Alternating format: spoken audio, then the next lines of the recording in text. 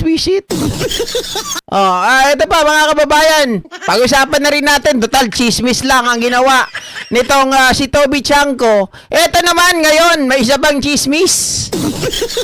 Bumabaha daw ng pera mga kababayan ang bulsa ng isang TV host. TV host babae ito. Mga ka-GPnatics, meron daw E sa kanyang pangalan. May initial na E. Paldo sa dating DPWH official, mga kababayan. Diyos ko, ano ba nangyari dyan, GP? Bakit sinasamantala? Bakit sila yumayaman, tayo umihirap? Hindi tayo makabili ng pagkamahal-mahal na gas, na gasolina, na diesel. Kaya ayaw na tuloy natin bumiyahe ngayon eh. Ito, ang balita, mga ka-GPnatics. Walaan nyo na kung sino ang tao na to na binabanggit sa blind item. Si Netch Itay, mga ka-GPnatics, sugar daddy ng bayan. Yung lalaki, hindi natin din kilala. Yung TV host na pretty daw, hindi rin natin kilala. Hindi natin alam. Ang ilang kasi na alam ko, sino tong Si Eden Santos? Yung pretty yun. Sabi dito, sugar daddy ng bayan, mystery TV host, binusog ng DPWH kickback. TV host. Gusali ang kapalit ng pag-ibig. Wow! Mga kababayan, a bombshell blind item is now making rounds after an insider exposed a not so famous TV host. Not so famous.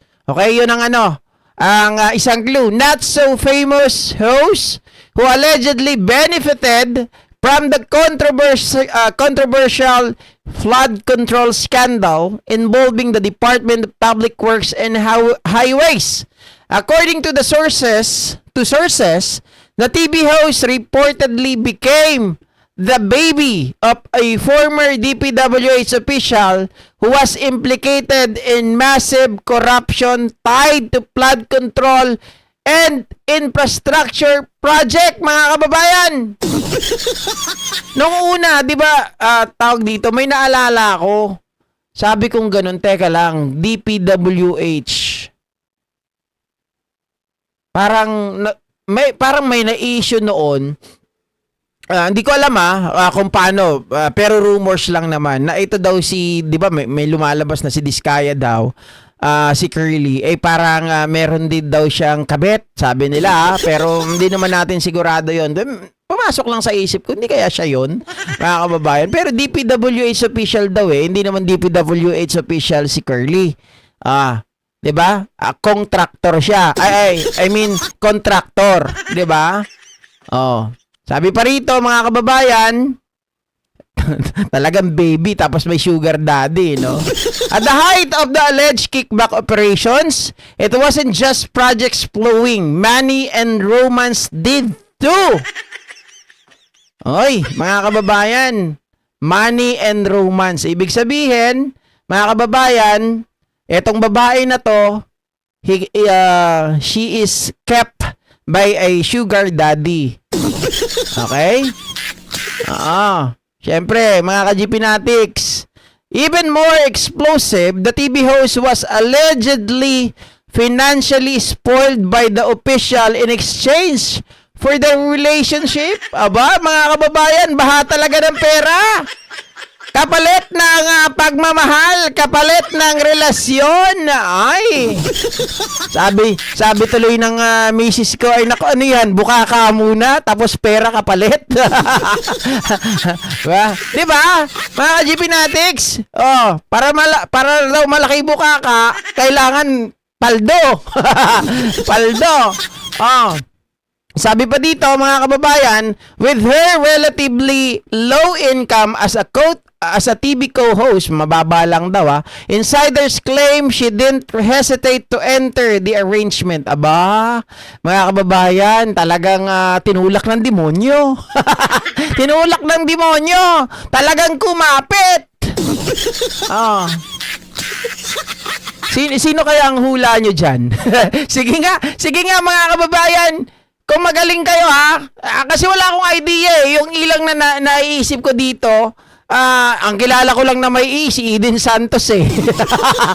Sige nga, kayo nga mga kababayan. Kung sino yun, naiisip nyo na TV host, not so, famous.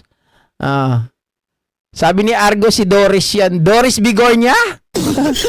Grabe ka naman. Not so famous nga eh. Si Doris, sikat yun.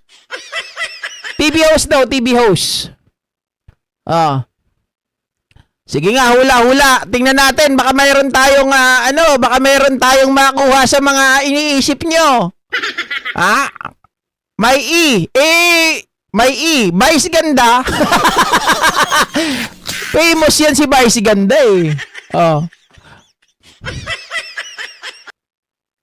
Eden lang naman eh. Sabi ni Ma'am Eva, kilala ni Pebbles yan. Sino kaya yan, mga kababayan?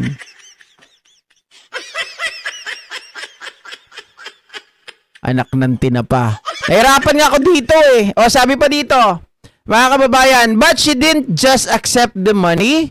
She played it smart. Oy, the host reportedly convinced her powerful partner to fund the construction of a building.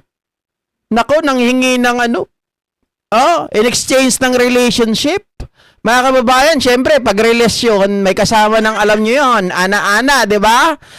Ang kapalit, mga kababayan, pondohan daw ang construction building, ensuring she would have steady source of income, even if her showbiz career is slowed down. Ibig sabihin, mga showbiz, TV host na showbiz. Ibig sabihin, mukhang artista rin to. Oy, grabe ka, Argo, si Mami Peng.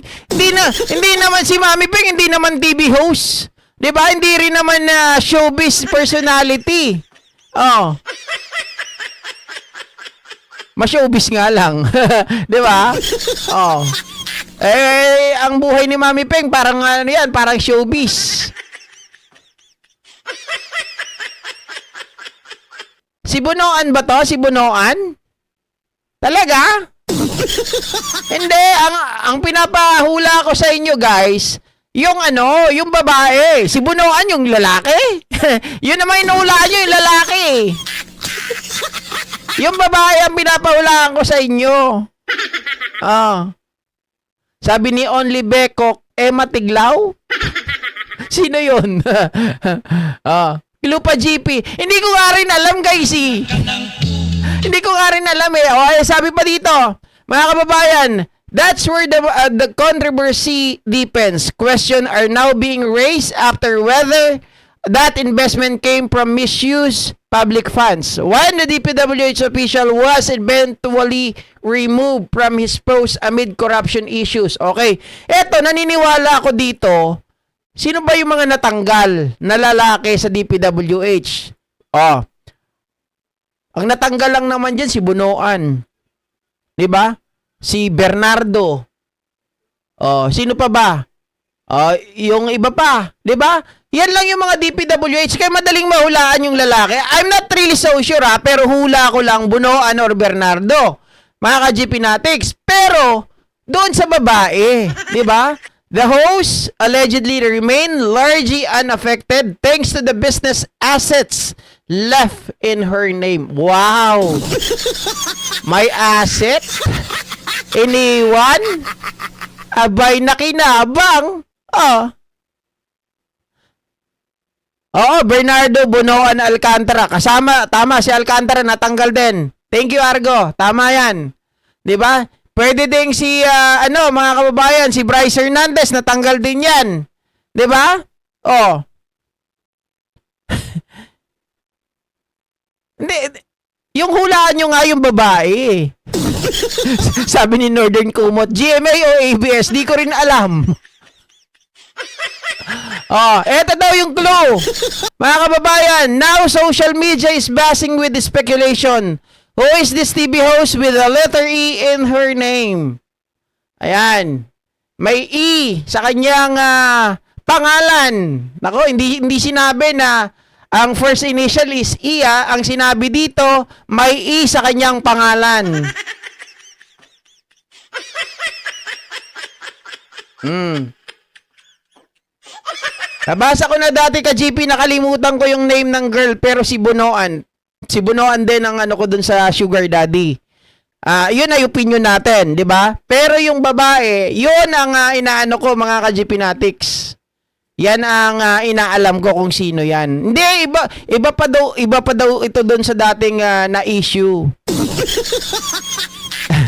Hula lang guys, makahipo ni Willie Rebillame. Sino yun? Ay, si Harleen? TV host? Oo nga no. TV host yun. Sa showbiz din. Not so famous. Pwede. Sabi ni Shiputin, Grace Piatos. Ay, nako guys. Ay, pare-parehas tayong mga nangangapa. Di natin mahulaan kung sino to eh. 'Di ba? Abangan na lang ang susunod na balita. JP short hair ang girl, I know. Hindi ko alam sino po, Ma'am Plerida. Sige nga, kung sino to. Hindi ko mahulaan. Promise. yung mga nagko-comment talata mga chismos. joke lang. Alam naman natin lahat ganyan talaga mga kababayan. Gusto ko lang ma-engage kayo talaga dito, 'di ba? Sabi ni Northern Kumot si Pokwang Idaw. Na-vlog na ni Pebbles yan, di ko lang matandaan yung babae. Lalabas din. Bago lang tong balita na to. Iba pa yung dati na nakita nyo siguro, mga ka-GP Natics. Kasi na-vlog ko din yung dati pero ito iba. Wala, pare-parehas tayong pare-parehas tayong kamote. Hindi natin maisip kung sino to. Malay ko diyan, 'di ba? Ayoko na rin. Kaya nga tinatanong ko kayo para hindi na yung utak ko maubos yung laman. 'Di ba? At least kasama ko kayo na nag-iisip kung sino yung babae. 'Di ba? Kung mahirapan ako, edi damay-damay na tayo. Alangan naman ako lang. Tapos tawa kayo ng tawa diyan. Sama-sama tayo. 'Di ba? Isang community. Hindi dapat tayo maghiwa-hiwalay. Kapag nahirapan ako, hirap din kayo. Okay guys, so eto, hanggang dito na lamang po ang ating live streaming ngayong gabi mga kababayan, at magkita-kita po muli tayo bukas ng bukas. Baka makasuhan. Hindi kayo makakasuhan niya, manghuhula lang naman kayo, hindi naman nyo di ba? Kung sisirain yung pamilya, kung sisirain nyo yung buhay, doon makakasuhan kayo ng cyber libel.